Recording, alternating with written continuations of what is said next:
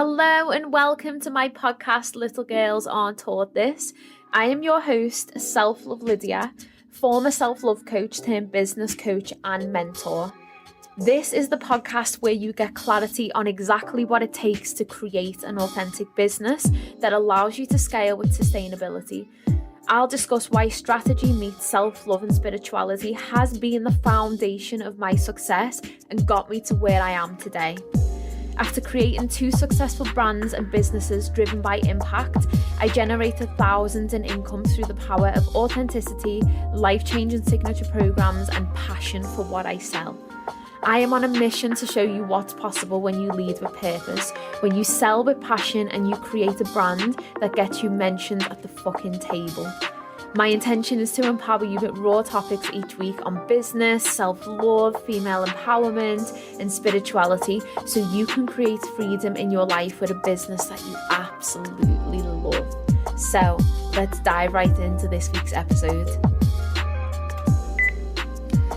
Hello and welcome to this week's podcast episode. Good morning, good afternoon, good evening, depending on where you are watching from in the world. The time is currently for me 7:33 and I am recording this podcast episode before I head down to OC for the weekend. So I have my coffee, I have my candle, and yeah, it's a beautiful day up here in the mountains. It's a bit chilly, which I'm kind of enjoying. But one of the things that I literally am so firstly, I want to say thank you so much for the episode. It's for the love on the last episode. So many of you DM'd me. So many of you said you resonated with the stuff that I spoke about. And, that means the world to me because that episode is such a raw episode. I didn't even plan on it being about that. And I didn't plan on talking about those things. But I just literally plugged my microphone in and just let myself, just talk from the heart, I guess, and that's what came out, and so many of you resonated with it, and I'm so glad because I always like to be authentic and I always like to show all sides of the same coin because it's not just about life being perfect. So I'm glad that you guys enjoyed that and resonated with it. And second thing I want to say, I am so excited to finally feel like I have the space and the energy to really start building out my private practice. So last night I decided to get on the sofa, yesterday afternoon. I was like, I'm going to get on the sofa. I'm going to put my spooky blanket over me. I don't know if you guys have seen that, the one that's got all the ghosts on. It's such a vibe. Little fleecy blanket. I'm going to get a glass of wine. It was 5 p.m. by the way. I'm going to get a glass of wine, I'm going to put my music on, my candles on, and I'm just going to chill and just get creative on my laptop. And I ended up creating so much good content for the body image therapist. And that for me is a sign that now is the time to start building it. I have the space, I feel creative about things. I could have sat for hours and hours and hours and just done so much content last night. So I am so freaking excited to start building out this private practice and taking clients on. So you may not know this, you may know this. Obviously, I qualified as a creative psychotherapist back in July. And with the move, with obviously how business has been going, that has just been something that's been on the back burner because I didn't feel like I had the space and time to start building it out. However, one of the things I truly believe is that we are multi-dimensional beings and we can do multiple things at once. I'm a big believer on that. So I can have a coaching business and I can also run a psychotherapy private practice. And one of the things that I was really struggling with to get my head around is how do I show up as a therapist? And again, this is different parts of ourselves, isn't it? And it's thinking about what are the boundaries? What are the parts of ourselves that we bring to different areas of our life? Now, being a therapist is very, very different to being a coach. And I was just really struggling to connect with a private practice, building it out, how to show up online. I had no idea.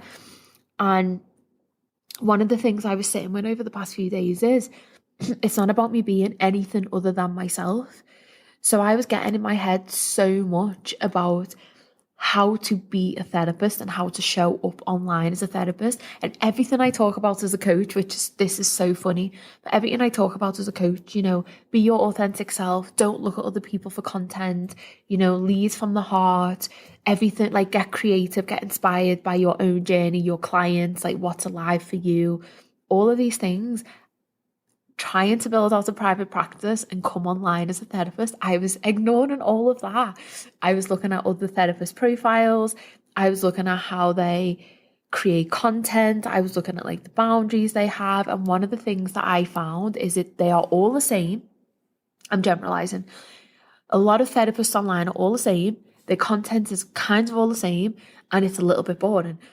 Now, it's super informative is another thing that I found. They talk a lot about theory. They talk a lot about all these concepts. For me, I've never been that person. Even in university, I'm not big on concepts. I'm not big on the theory behind things. I know it because I've learned it and I read about it. But when it comes to creating content, I was like, I don't want to start talking about Carl Jung or person-centered therapy or creative art. I don't want to talk about like the theory behind that and make my content like super boring. I don't want to show up with all this red tape across me, like how I have to act online, because I am who I am. And I want to pour that into my therapist Instagram. I want to pour that into my brand. I want to pour that into my reels, how I show up and talk. I have ideas to start a YouTube, and I don't want to be this like super polished, fake version of myself. So honestly, it's been hard trying to figure out, like, how do I fit into this therapist space on Instagram?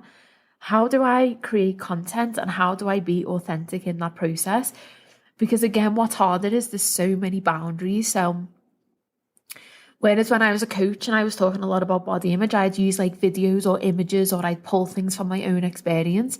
I can't do that as much being a therapist.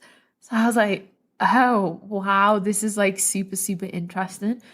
But I just wanted to share that, even though it's got nothing to do with this episode. Well, it kind of has, because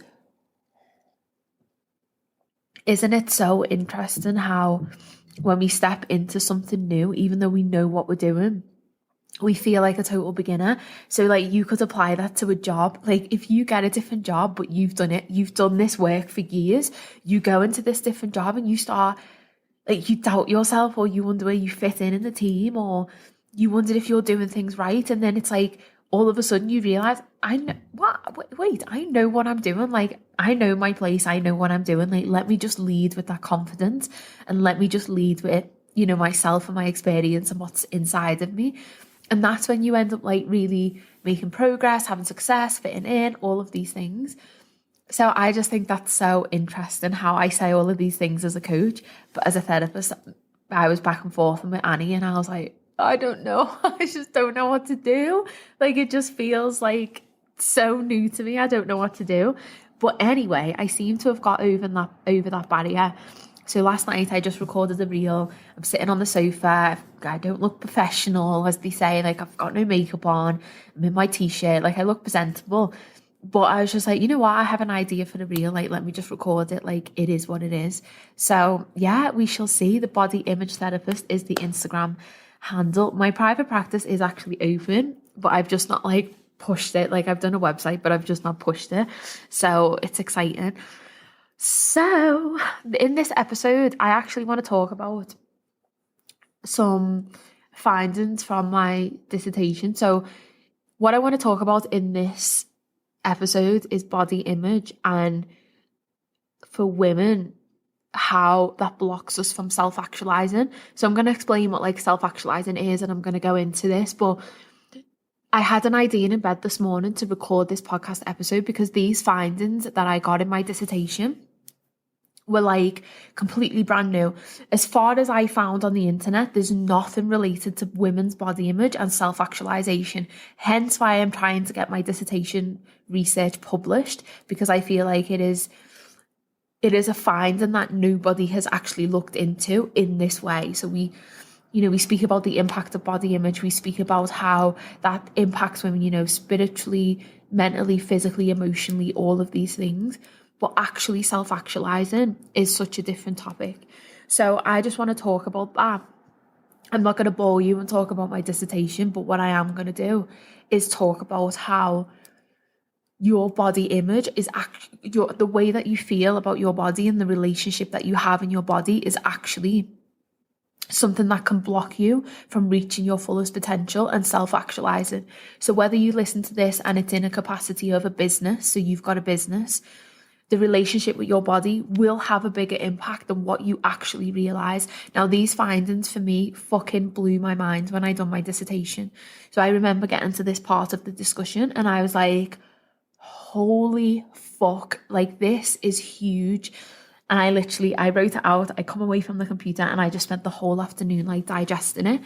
And there was so many like other thoughts that came from this realization around self-actualizing.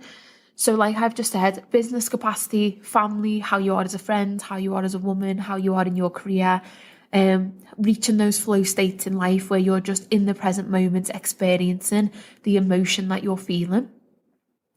All of these things can and will, it might depend on your relationship with your body now, but can and will be impacted by the way that you feel about your body. So my dissertation was, beyond body, is it possible to self-actualize in a world driven by aesthetic idealizations? Okay. So again, this for me is just insane. So I just want to get into it. Okay. So to self-actualize, let's go into that. So it's making sense what I'm talking about. To self-actualize is to come to the realization that one has a higher potential, and that higher potential manifests as peak experiences in life. So a peak experience is when you are with your child and time just goes, like you're not thinking about anything else, you're just present. A peak experience is when you're with your friends, when you're exercising and you're not thinking about anything other than just being in the moment exercising. A peak experience in your business could be when you're in that creation mode, when you're showing up online or you're creating content, or you're allowing yourself to just follow those internal nudges, or follow that internal self-trust and build your business out and show up how you want to, and you're creating content and that time just passes. That is known as a peak experience. And it's known as those moments in life that like you can't put into words, but they are just so special. That's what a peak experience is. So to reach these peak moments, we must be appreciative of and involved in life.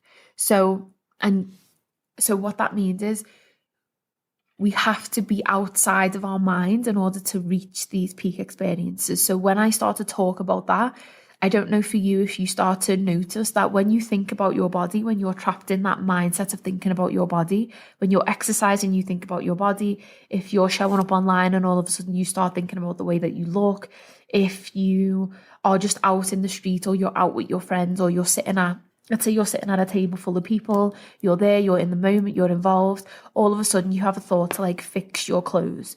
All of a sudden you have a thought that you should pull your top up, down, pull your pants up, fix yourself, hide your stomach. What is happening is you are dropping out of that involvement in life. You are dropping out of the experience that you are in, and you are coming into your head. And what that means is you are coming away from that peak experience because you're starting to think about your body and the way that you look. So when it comes to self-actualizing, to reach our fullest potential, we have to be involved in life. We have to be present in life. We have to have all of us wholeheartedly in the experience of life in order to self-actualize.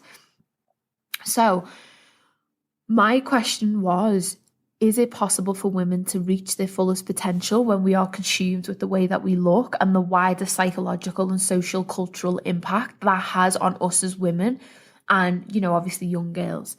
So if our mind is taken up so much with the way that we look, obviously that's taken us out of these life experiences, which means that we are not getting the same level of peak experiences that men get, because we are worried about how our bodies look. We are worried about the food that we're eating. We're worried about the calories that we're consuming. We're worried about everything to do with our body image and food rather than just being in the moment.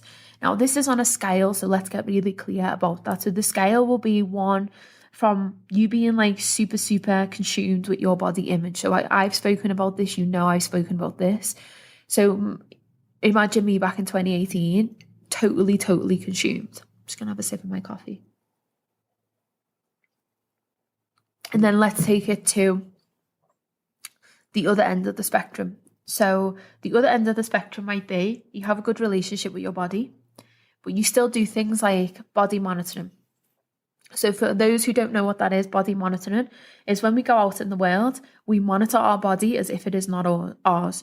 So what happens is we take the perspective outside of ourselves, and we are always conscious about the way that we look.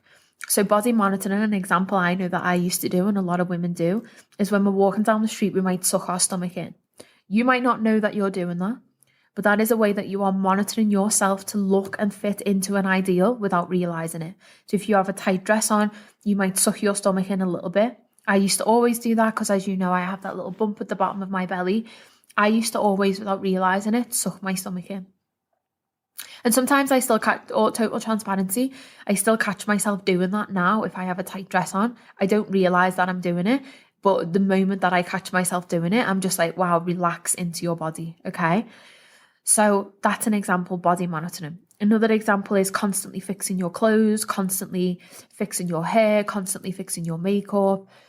Whatever you do that takes your attention out of the present moment and drops you into the body and the way that you look and how your clothes look and how they feel, that's an example of how you're monitoring your body. You're aware of how people might be judging your body. You're aware of how your body should be looking. So what you do is you monitor that and you preempt anybody else taking notice of things. So you just monitor it as if you're trying to fit into these ideal standards. You're trying to make your body look appealing to other people that you're going to come across in life in general.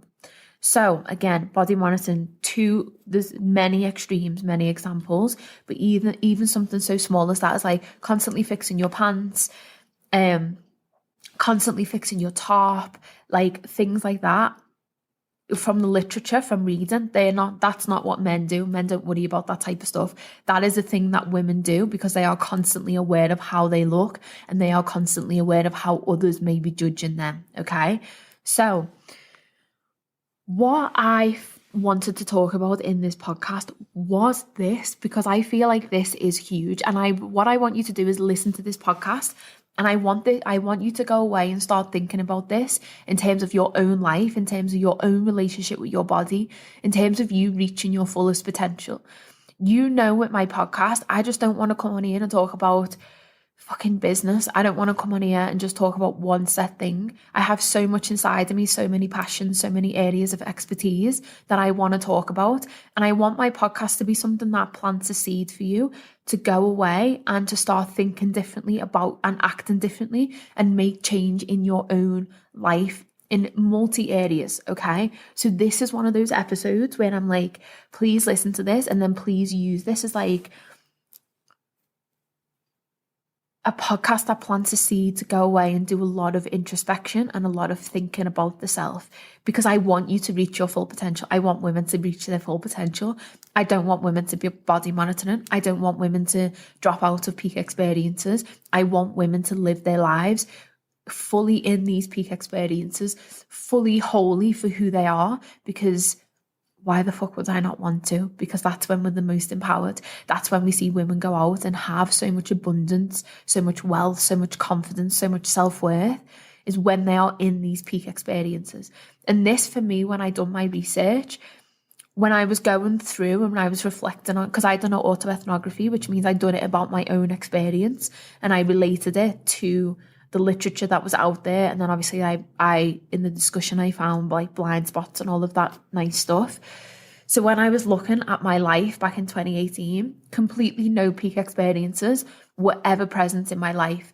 So this was huge for me to notice and track the difference between 2018 Lydia, who was absolutely consumed in her body, and 2022 Lydia, who's just like totally at peace and has peak experiences most of the days, just like is fully a part of life. So I love it. I just love talking about this type of stuff. And this is why I'm so excited to set up my private practice. So let's have a little look here. Right. So when we are talking about body ideals, so that is going to be different for everybody. So you listening to this, you will know what your ideal body type is or has been, depends on where you're up to.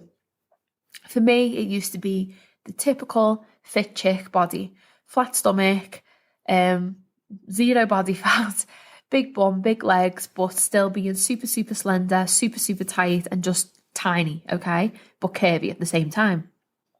That for me was my ideal body type. For a lot of women now in like society, what the ideal body type is either thin or fit. Okay, so something else I realized doing this research is my body is another ideal body type the way that it is now, which is very interesting. So again, this is like new research that's come out, but it's basically saying that because my body is bigger, but it is toned and it is strong and it is muscular, it means that it's not looked upon or frowned upon within society because it's firm, because it's toned. So even though I am bigger, it's like my body is accepted because it's still tight, it's still controlled, it still apparently shows that I have self-respect in that world that deems like thin to mean self-respect and happiness and all of that bullshit. So again, doing this dissertation was very interesting for me, very, very, very interesting. So you will know what your ideal body type is, the thing that you desire to look like, the thing that you have maybe dieted to look like, the thing that you find appealing, attractive, wish you have, okay? And that has a massive impact on, again, how you show up in the world. Because what happens is there's a romanticization around that body ideal. You think that when you reach that body type, you think that people with that body type are so happy, they have no problems, they have no insecurities, and that can feed that desire to want to look a certain way or want to look like that, because you think the moment that you look like that, everything's going to fall into place. You're going to be happy, you're going to feel worthy, you're going to wear whatever you want, you're never going to look in the mirror and question yourself, you're never going to look in the mirror and have a bad day. That's a lie. Like, that's a downright lie, okay? Like, that never happens for anybody. Everybody has insecurities. So when I spoke about self-actualization, what I found is for you to reach your full potential and self-fulfillment, so for you to feel fulfilled in life. So think about what we're talking about here. We're talking about big things in life. We're basically talking about the fucking meaning of life. For you to be fulfilled, for you to feel happy, for you to reach your fullest potential in whatever area, in multiple areas of your life, your fullest potential. Okay, and for you to feel fulfilled, for you to have growth and peak experiences within your life, that is what self-actualization is. Okay, so when you look at this theory that Maslow has to self-actualize, essentially what it means is just to live life to the fullest. It means to reach your potential, to be fulfilled, to have personal growth, and to have peak experiences. And within that is where we make connection with others, connection with ourselves. It's where we feel, it's where we live the most, it's how we show up the most.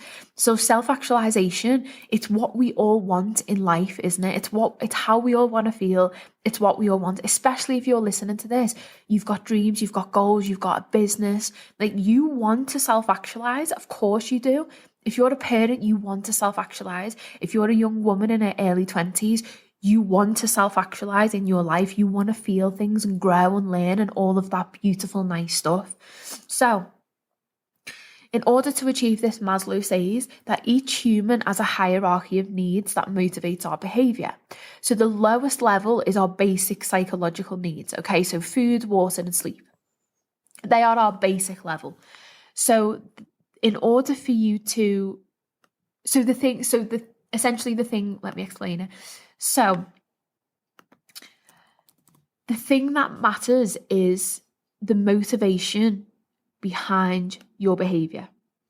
Okay, so in order to self-actualize, we have to hit our needs. We have to meet our needs on various different levels, and those needs motivate our behavior. So our basic psychological needs for survival: food, water, breathing. Of course we need that. Okay. Then we have security and safety. So that's financial security, that's health and wellness, that's safety against like accidents, injury, whatever it is. That emotional and physical and psychological feeling of safety, that is the next level. And that's where it becomes a little bit more complex. However, it's still something that we need in order to self-actualize.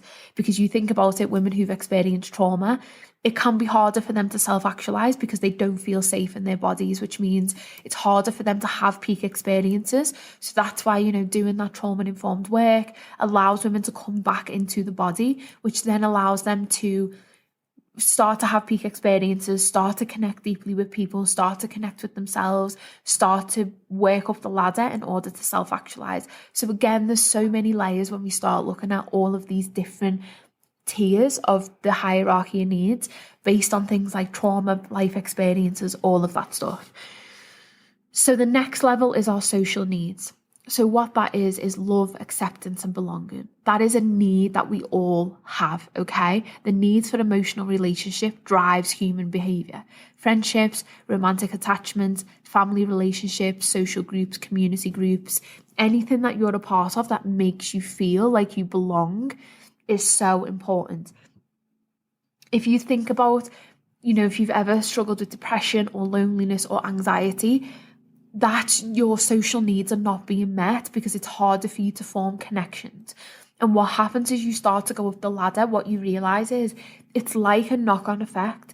So if you don't feel safe and you don't feel secure emotionally, physically, psychologically, it's harder for you to then meet your social needs. It's harder for you to make friendships. It's harder for you to have healthy romantic attachments. It's harder for you maybe to form relationships and healthy attachments with your family, depending on what your dynamics are in your family. So these layers make it harder to self-actualize, okay? And when you feel lonely, when you feel like you don't belong, it makes you shrink yourself, right? It makes you feel like you don't have a place in this world. It makes you feel like nobody understands you. So next, the fourth level is esteem needs, okay? So what that means is the needs for appreciation and respect. So one needs the bottom three levels to be satisfied, and then the esteem needs start to play a more prominent role in motivating our behavior. So when we have respect, when we have appreciation for others, but the thing that I looked at this from was, how is this applying to myself, okay?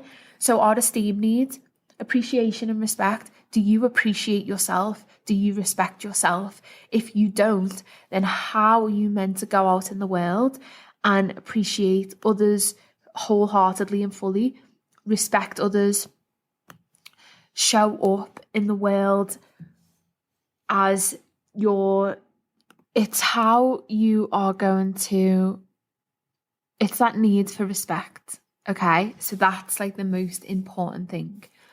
And then obviously the top tier is the self-actualization needs. And that's where we are starting to reach our fullest potential, self-fulfillment. We are seeking personal growth. And this is about being the most that we can be as a human, like being the ideal parent, even though there's no ideal, there's no right or wrong in these things. Like we just do the best that we can. But it's about when our basic needs are met, when our psychological needs are met, when our psychological needs are met, we then head into the self-fulfillment needs. And that's really about having creativity, like I've just said, being involved wholeheartedly in life, like all of us. And I think what's really important to notice about this is, you can meet your needs, or you can feel like your needs are being met, but actually, are they being met in a way that is not serving you and not filling you up? And this is where self-love comes in, and boundaries and all of these things, and making changes in your life.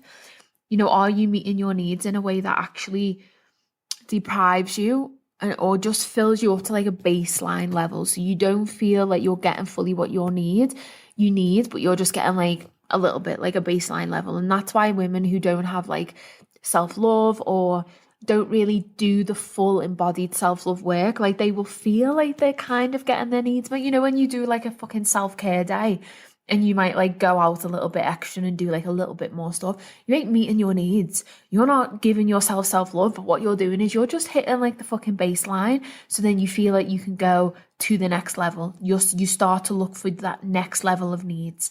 It's like in a relationship, if you're barely getting your needs met, in a way you feel like you are getting your needs met, so you kind of just accept it, and then you just stay in that cycle, because every so often it will feel like you are getting your needs met, but you're not getting them met in a way that allows you to grow, and that is very, very different. So you can have your needs met in a way that depletes you, or you can have your needs met in a way that allows you to grow and flourish and actually head towards self-actualization. So now I've explained that had nothing to do with the body image part, but now I've explained that you understand what self-actualization is. So now the invitation is to go away and to think about these areas of your life, to think about, are your needs being met in these specific areas? So are your psychological needs met? Are your safety needs met? Are your love and belonging needs met? Are your esteem needs met? And are your self-actualization needs met?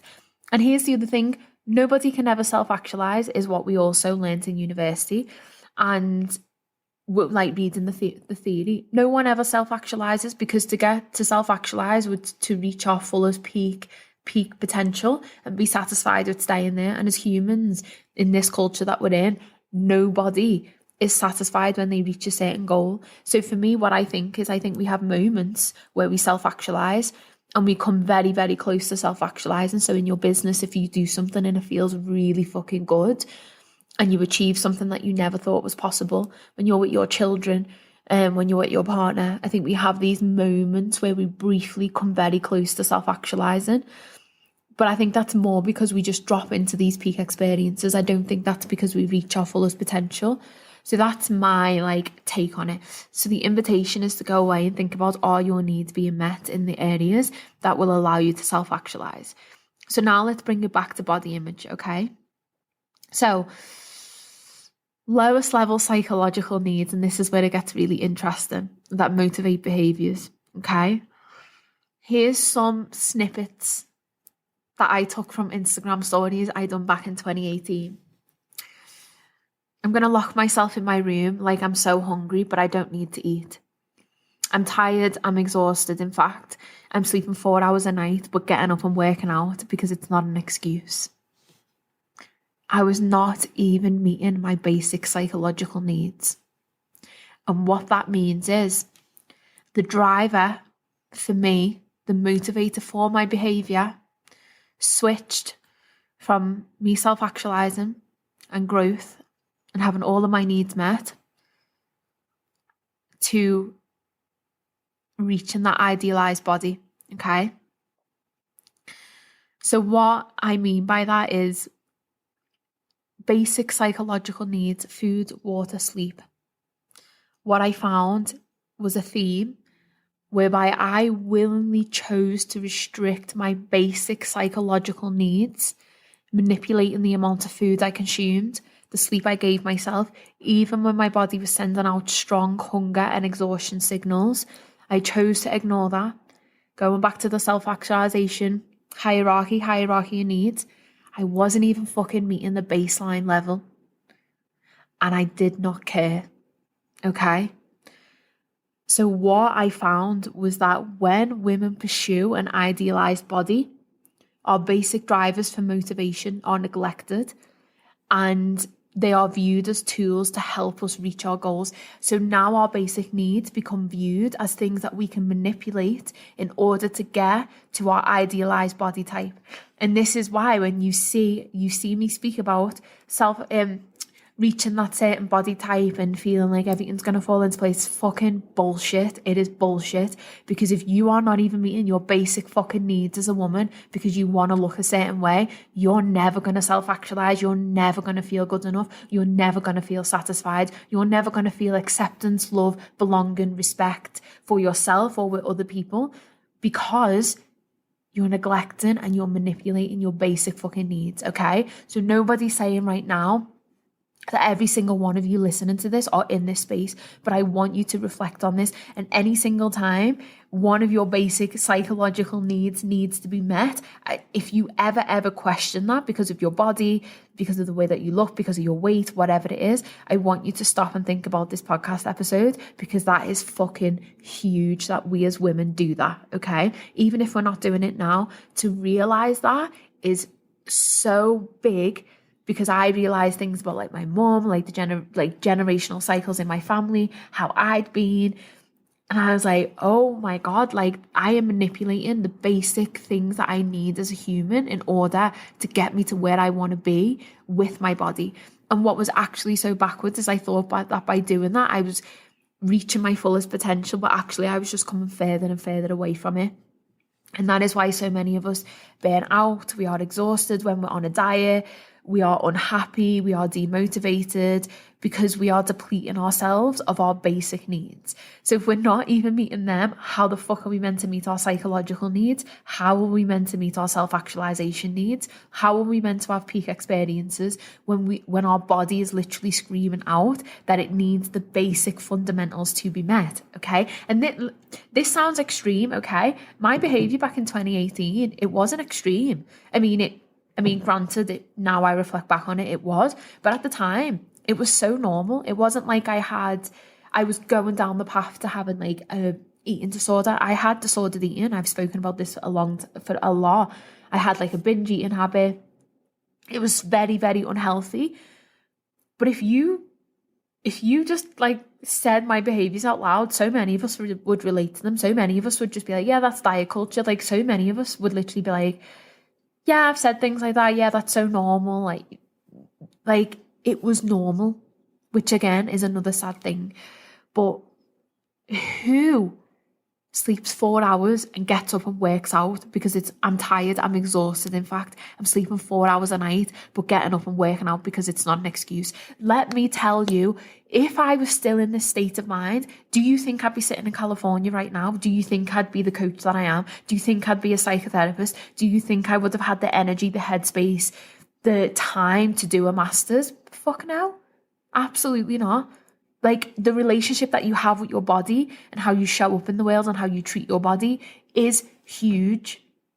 So what happens is when I started to meet my basic psychological needs, I then had space, time and energy to meet my psychological needs, which then I meant once all of those were met, I then started to self-actualize and meet my highest potential needs.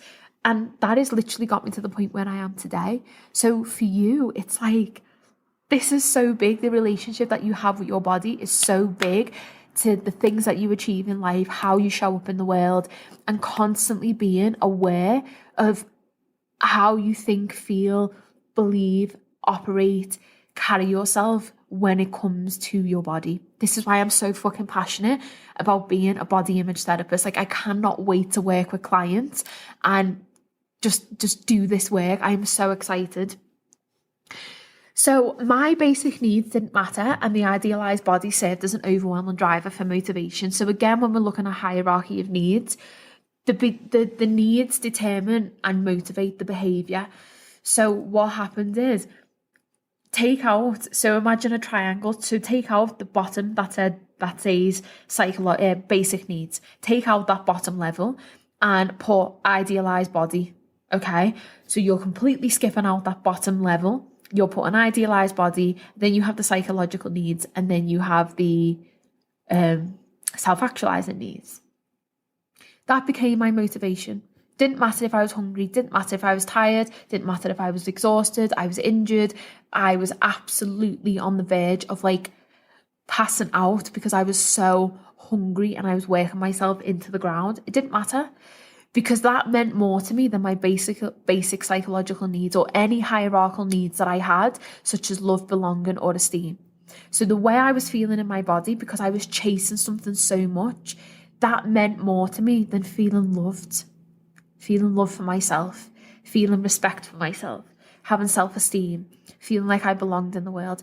Now, I don't know if you understand the severity of what I'm saying, but that is huge, because it means as women, the way that we look, we have been conditioned that fucking much to look a certain way. It's more important than the things that matter in this world, like belonging, like esteem, like respect, like self-love. It's more important. Which means we will put up with stuff, or we will accept stuff, or we will be disconnected in the world just so we can look a certain way, just so we can be a certain body type. So fucking mind-blowing, okay? So everything surrounding body image was permanently on my mind, meaning it was difficult to experience flow states or peak experiences, which I spoke about at the beginning of this. So my body was always on my mind. Okay, so for you, how much is your body on your mind? So think about it in terms of like when you're out. So I said body monitoring.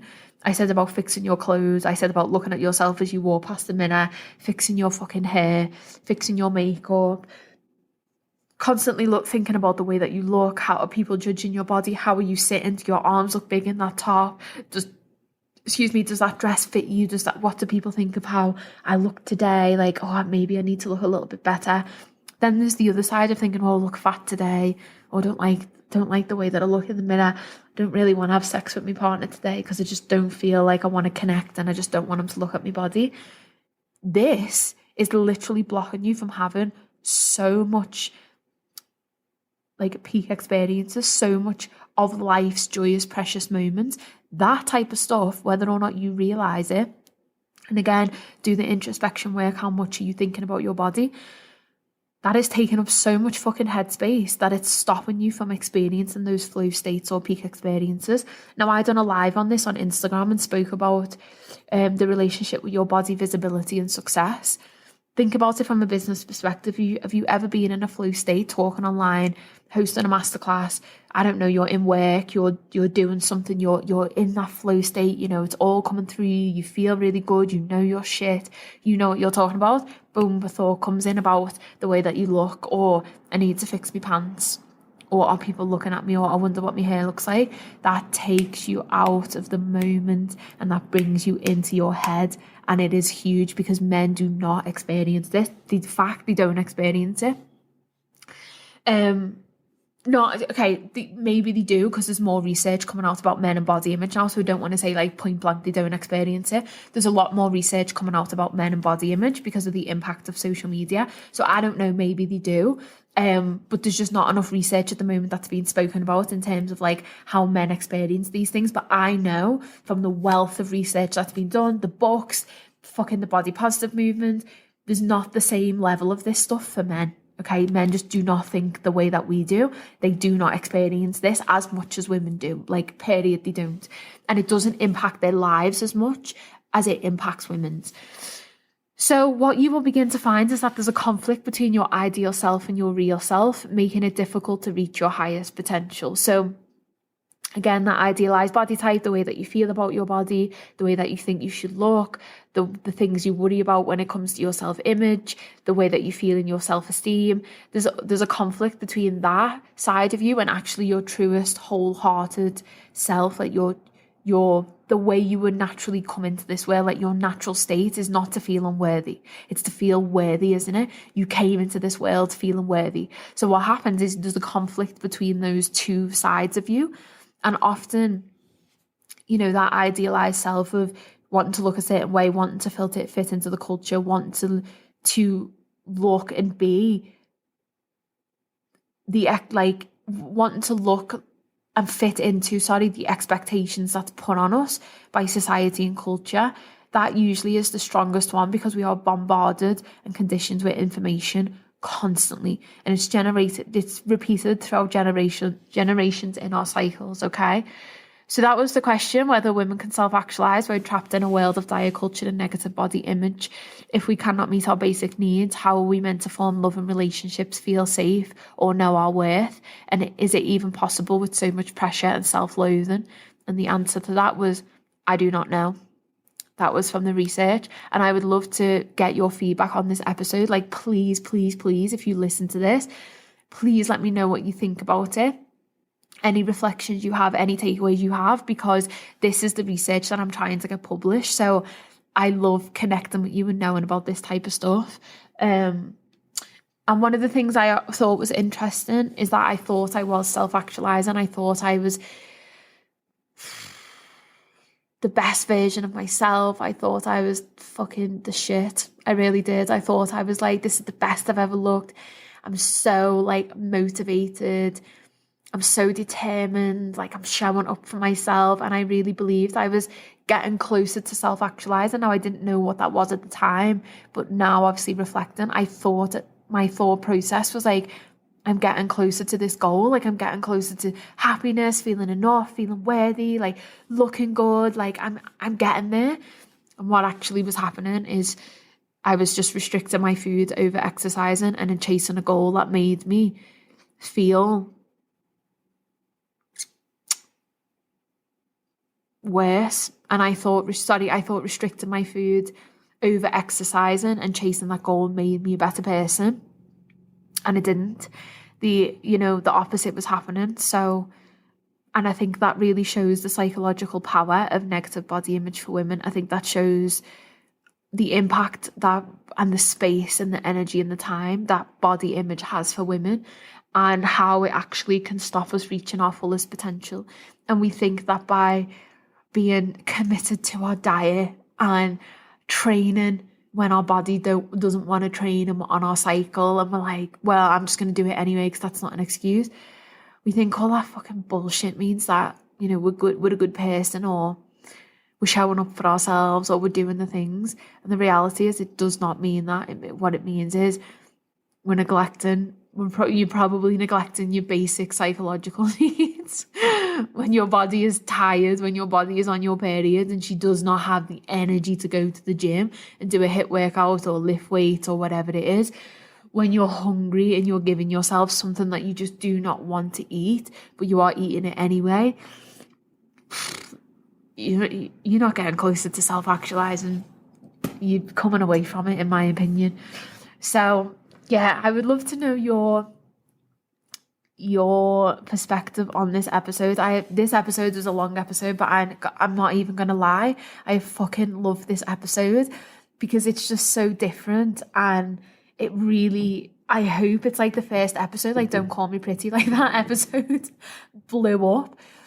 And the reason why it blew up, it was because it was such a different perspective, and I hope that this episode has like the same impact, and I hope it leaves you with questions and reflections, and it makes you want to think about your own journey with your body, past, present, and how you show up for yourself and your needs, and what it actually means for you to reach your fullest potential, and how your self-image and your body plays a part in that, and it may be holding you back.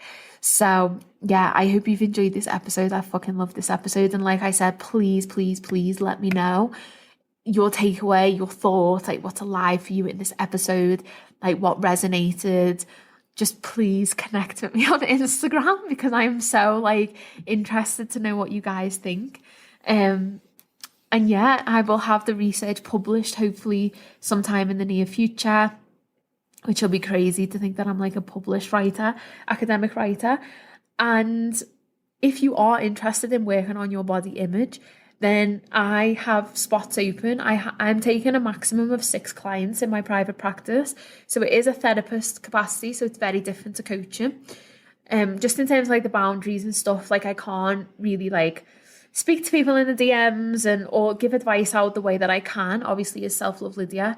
But if you are interested in working on your body image, in working to reach your fullest potential, to really like show up for yourself and do the work on like your self-image and your body image and self-actualizing, my private practice is open, and I am taking 6 clients. And I would love nothing more than for you to reach out to me, fill in the form. I will put the form in the show notes to my website, the form for how you can send me an email to work with me. And yeah, I'm just so freaking excited and happy. The body image therapist is here. My private practice is here. And I just know I'm going to be fucking an epic therapist in this space. So yeah, it's all very exciting. So on that note, my loves, I hope you've enjoyed this episode. If you did, maybe please leave me a review, send me a DM, let me know what was live for you, like I've said, and have a wonderful day. And I shall be back next week with another episode. with another episode.